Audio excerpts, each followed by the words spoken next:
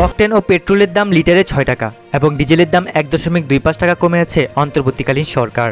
ডিজেলের এই দাম কমাতেই সরকারের যান বের হয়ে গেছে বলে মন্তব্য করেছেন অন্তর্বর্তী সরকারের বিদ্যুৎ, জ্বালানি ও খনিজ সম্পদ উপদেষ্টা ফাউজুল কবির খান। শনিবার ৩১ আগস্ট বেলা ১১টার দিকে খুলনার খালিশপুরে অবস্থিত নির্মাণাধীন রূপসার ৮০০ megawatt combined cycle power plant প্রকল্প পরিদর্শনের আগে সাংবাদিকদের এসব কথা বলেছেন। ফাউজুল কবির খান বলেন, আপনারা জানেন যে আমাদের এখানে যে জ্বালানি তেল ব্যবহার করা হয় তার বেশিরভাগ হচ্ছে ডিজেল।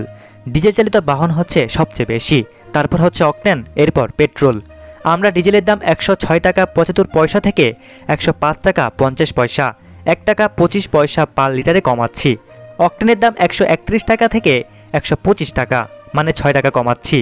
পেট্রোলের দাম ১২৭ টাকা থেকে ১২১ টাকা, সেটাও ৬ টাকা কমাচ্ছি। অকটেন ও পেট্রোলের দাম ৬ টাকা এবং ডিজেলের দাম মাত্র ১.২৫ টাকা কমানোর কারণ প্রসঙ্গে জ্বালানি উপদেষ্টা বলেছেন, আপনারা বলতে পারেন যে অকটেন, পেট্রোল এগুলো বড় লোকেরা ব্যবহার করে, ওদেরটা ৬ টাকা কমালেন। এর কারণ হচ্ছে কি, এদের পরিমাণটা খুব কম, এটা কমালে এটার ইম্প্যাক্টটা কম হয়। এখানে ডিজেল ১ টাকা ২৫ পয়সা কমাতে আমাদের যান বের হয়ে গেছে।